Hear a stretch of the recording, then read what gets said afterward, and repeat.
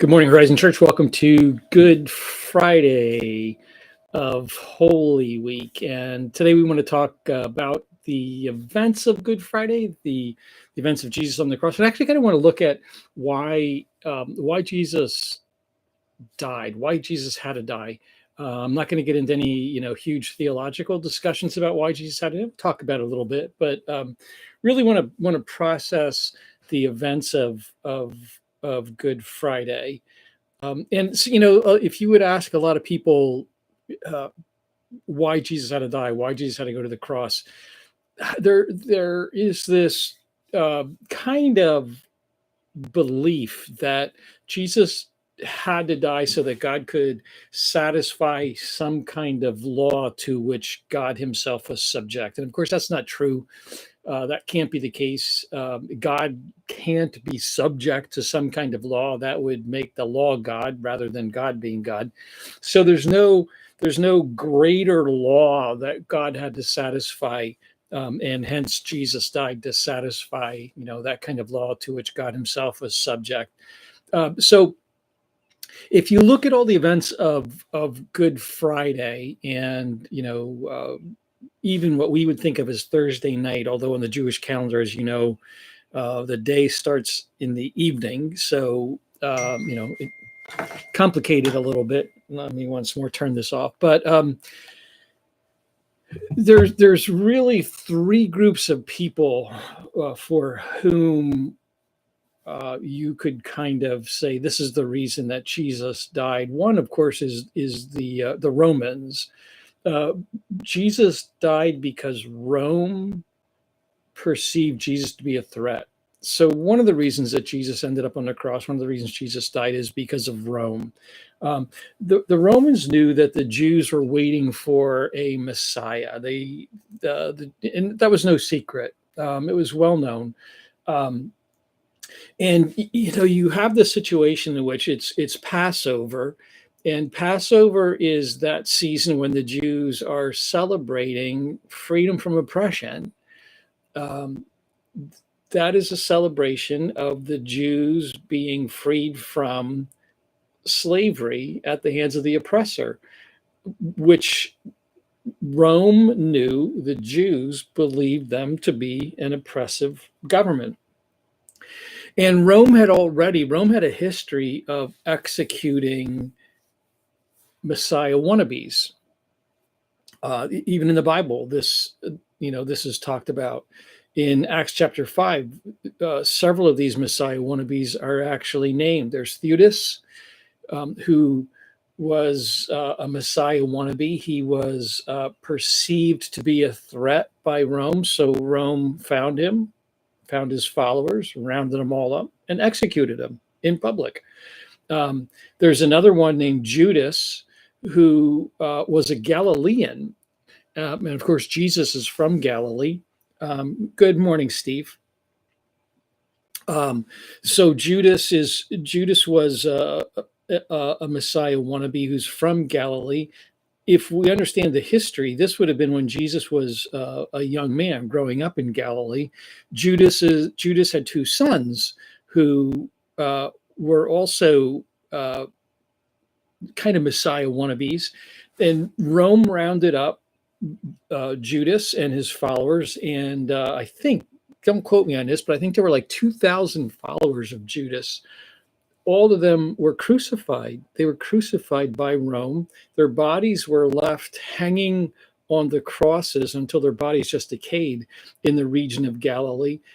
And probably Jesus, as a young boy, would have seen this, would have witnessed the crucifixion of these Messiah wannabes. So he knew what Rome did. Jesus grew up knowing what Rome did to Messiah wannabes. So you have a situation in which it's Passover. The tensions are high. Jesus on Palm Sunday rode into Jerusalem, and the crowds proclaimed him king. That is what Palm Sunday is all about. And Rome would do anything to kind of keep the peace and stamp out a threat. So, you have Jesus being arrested, and the question that Pilate asked Jesus is, are you a king? Are you the king of the Jews? Um, as you know, Jesus consistently rejected this kind of kingship. In John chapter 11, there's a story about the crowds wanted to proclaim Jesus as king. All Jesus would have had to do is say, "Yeah, that's me." And people would have gone and they would have found their swords and their pitchforks and they would have aligned around Jesus and tried to fight Rome. But Jesus consistently rejected that kind of a kingship. In fact, in John 11, when they wanted to proclaim him king, Jesus got away. He withdrew from the crowds and he went off into the wilderness. It's not what he was after. But Pilate arrests, when Jesus is arrested and has him on trial, that is what Pilate asks him: "Are you a king?" As you know, Pilate did not find Jesus guilty of any treason, and he kept saying that to the Jewish leaders. "I don't find any fault with this man. I don't believe he's a threat to Rome." Tried to release him, but ultimately, Pilate recognizes that the very best thing he can do is, grant the Jews their wishes and have them executed. And Pilate put a sign on the cross: Jesus of Nazareth, King of the Jews, in three languages: Latin, Greek, and in Aramaic, the language of the Jews. So, on the one hand, Jesus is crucified because Rome perceives Jesus to be a threat. And Rome is pretty consistent when somebody threatens the peace and stability. Rome is going to crush it. They're going to crush any kind of opposition. So, on the one hand, you have Rome, and Rome ultimately is responsible for the crucifixion of Jesus. They're the ones who do it. They're the ones who carry it out, and they do it because of a perceived threat. And Jesus knew that. You can read the trials, and it's kind of fascinating, the trials that go on in Jesus before Pilate. Jesus would not have had to identify himself as a king. Sometimes he is silent when he should have spoken, and sometimes he speaks when he should be silent. Um, yeah, so you've got Rome. On the other hand, the other group of people who are responsible for the crucifixion of Jesus, why Jesus died, would be the Jews. Um, and, in Luke chapter 23, you have a situation in which, when you follow the trials, Jesus goes back and forth between the Jews and Pilate and even Herod. One of the Herods, not Herod the Great, who was Herod when Jesus was born, but this is one of his descendants. And this Herod happened to be a tetrarch, a ruler of Semite king of the Galilee, the region of Galilee. And when Pilate hears that Jesus is a Galilean, he sends him off to Herod. Herod ultimately says, I don't want to get mixed up in this. So he sends him back to Pilate. These trials go back and forth. But you have the Jews. And in Luke chapter 23, you have this secret meeting of what's called the Jewish Council, that we would call it the Sanhedrin. It's probably a meeting of the Sanhedrin that technically would not pass muster. It probably would have been seen as illegal for lots of reasons. But the council meets, and they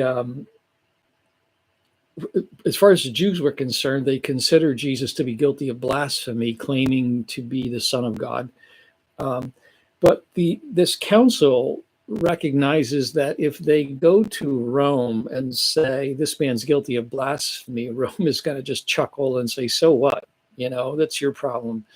So the council comes up with this reason. The Jewish council comes up with this reason that Jesus was trying to get the Jews to not pay taxes, which we know isn't true. Jesus did pay taxes, but they also come up with this reason that this man claims to be king of the Jews. So you have, when it comes to the Jews, there's all kinds of groups of Jews. There's no one Jewish voice. You have the Pharisees, and the Pharisees, as you know, were probably the group that Jesus. Here's the thing about the Pharisees. of all the groups, this is the one group that Jesus would have been most aligned with, because the Pharisees were people who, the name means separated ones. The Pharisees were men who believed in the purity. They believed that you had to really separate yourselves from the world.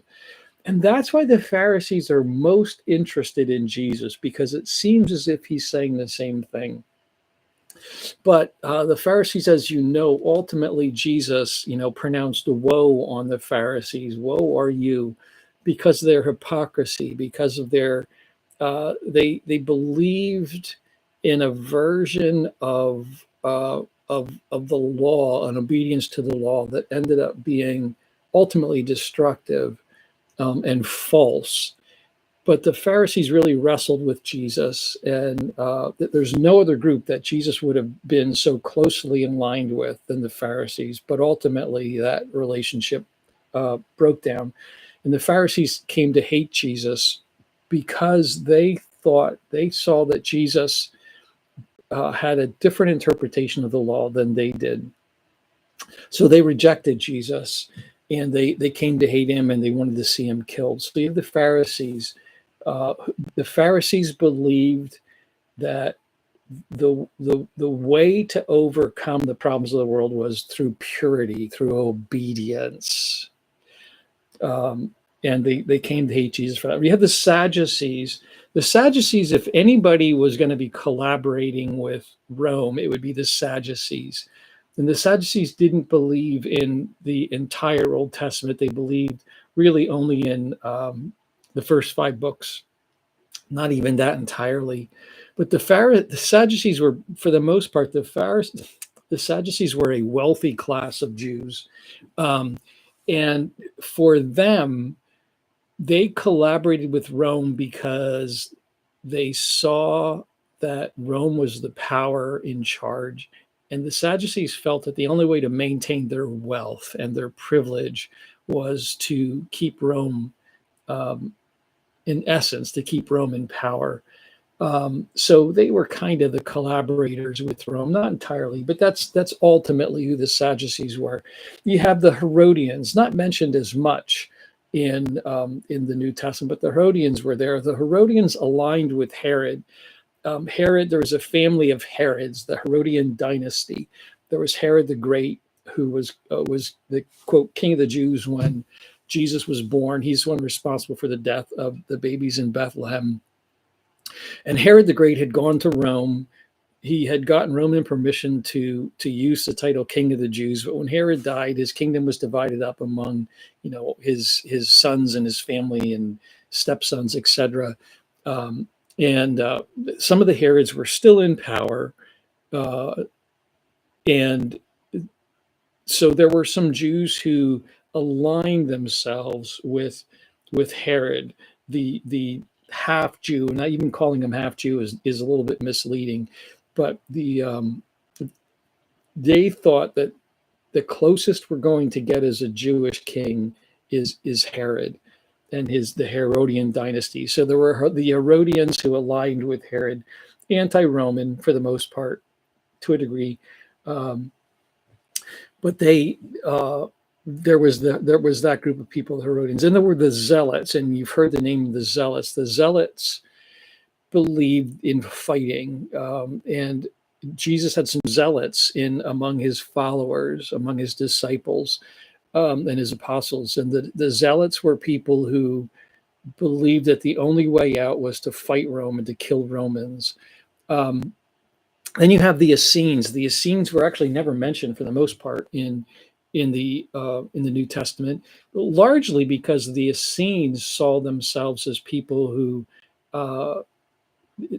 their approach to what was going on at the time that Jesus was around, their approach was to withdraw. They lived in a desert. Have you ever heard of Qumran, the Dead Sea Scrolls? That's the Essenes. There are some people who believe that John the Baptist was part of this community because he came out of the wilderness, and John the Baptist seemed to isolate themselves. But the Essenes, they saw the temple as corrupt.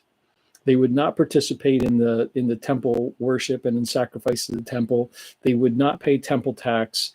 they isolated themselves. They would not have been a fan of Jesus because he participated in the temple. Then you have the chief priests. And the chief priests are the ones who are the most active on behalf of the Jewish people in seeing Jesus killed.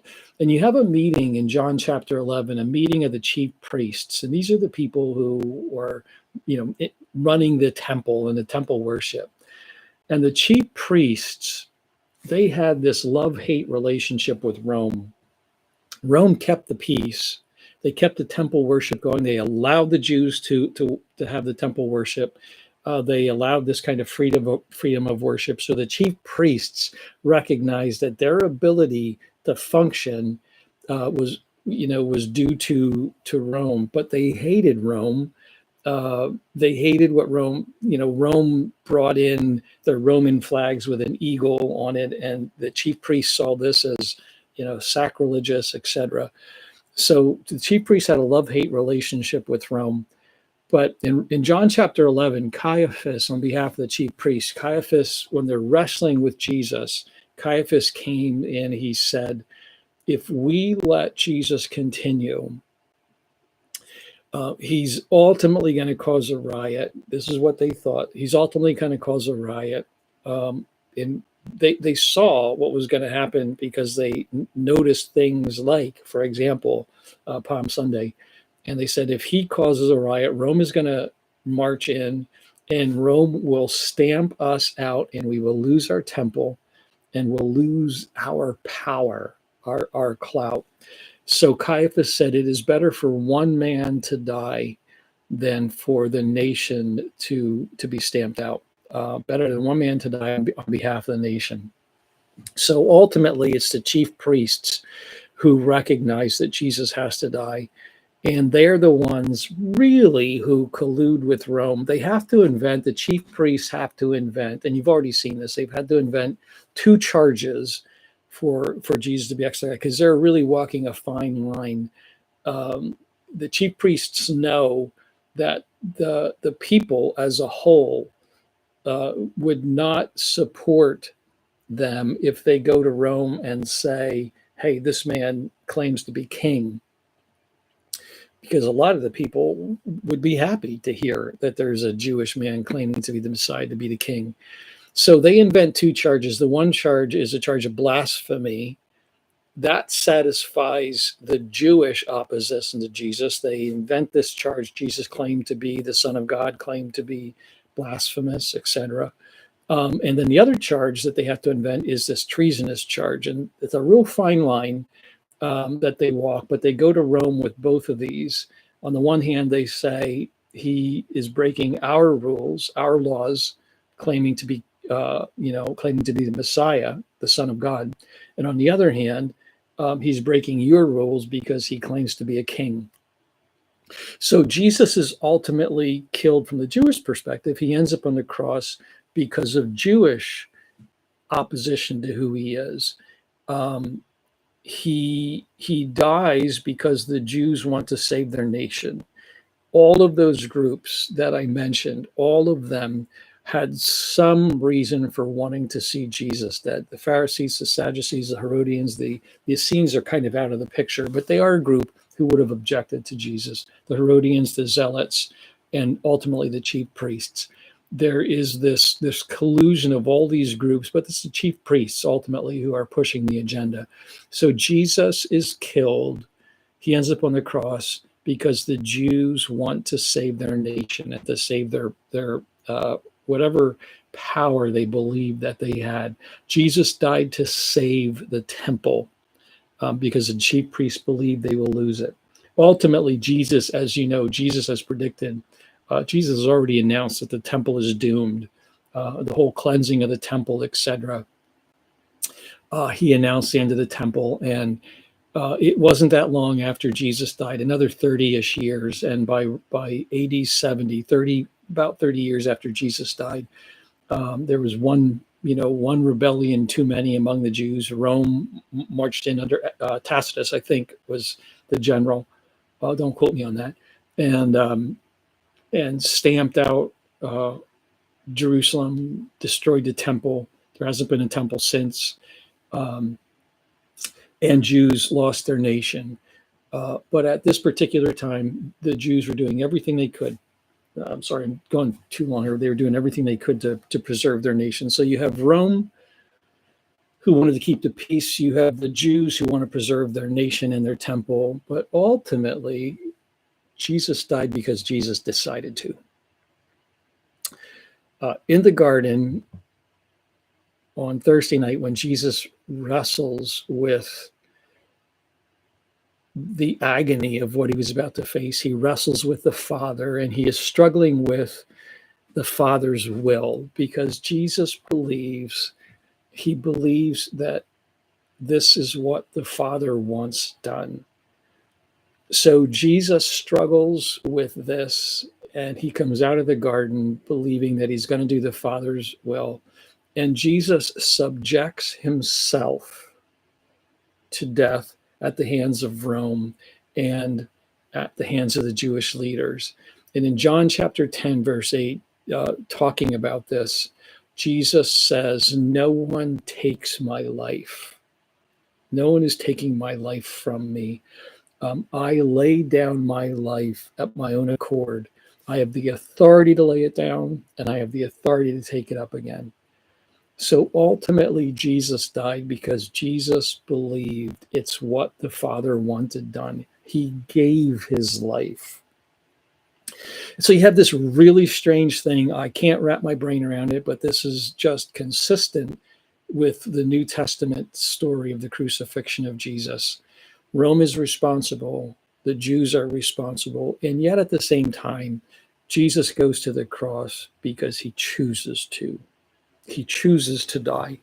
And the Bible, after the crucifixion, when both Jews and Gentiles, Jews like Paul and Gentiles like Luke, for example, they try to wrap their brain around the crucifixion of Jesus and why it had to happen. The Bible will give us more than a dozen explanations for why the cross.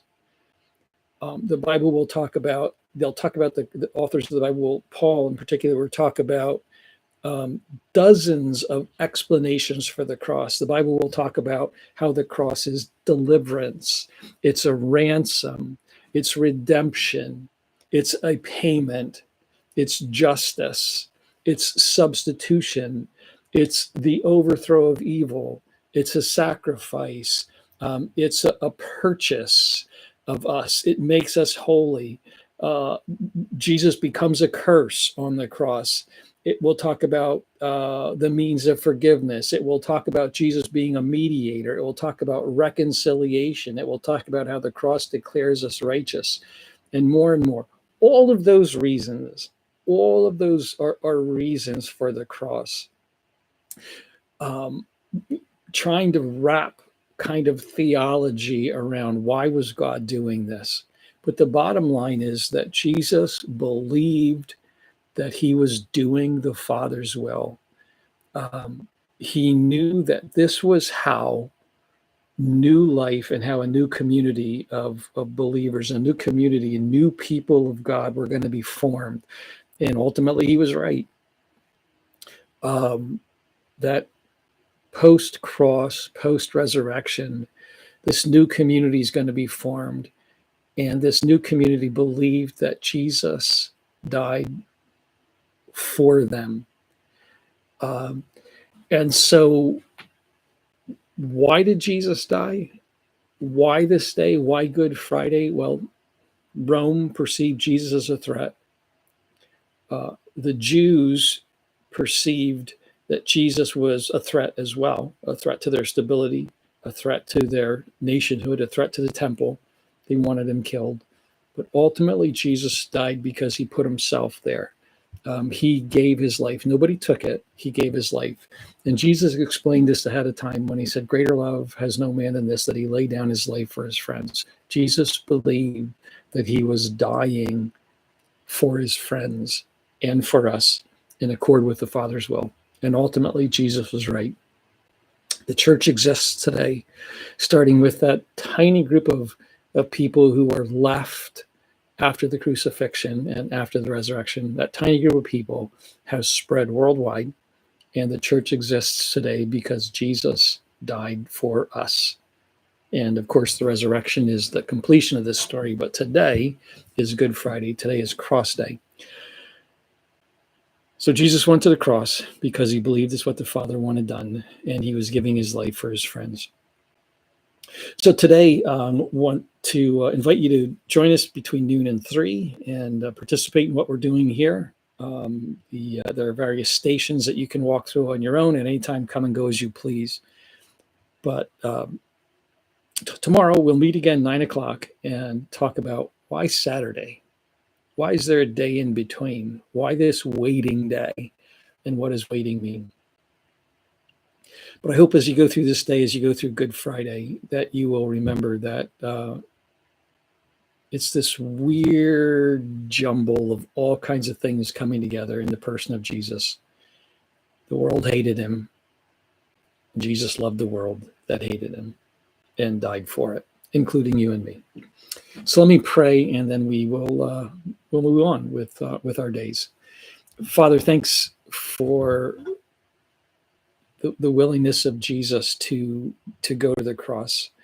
God, we have a hard time understanding all of the reasons for why Jesus had to die. But ultimately, Jesus died because he chose to. He chose to be obedient to your will, to what you wanted done. He willingly gave his life for his friends, for us. I pray, God, that today, as we walk through this day, that we'd be people who are grateful, eternally grateful for what Jesus did for us. And I pray, God, that you'd enable us to be grateful people, that you'd enable us to be people who live forgiven and as people of hope because of what Jesus did on the cross. Thank you, Father, for loving us and loving your world enough to give us your Son.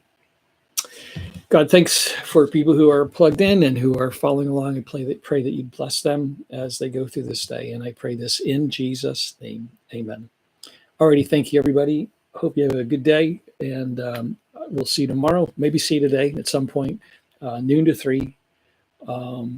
But see you tomorrow, 9 o'clock, as we finish this journey to Easter and do this for one last time tomorrow morning. So love you all. Have a good day.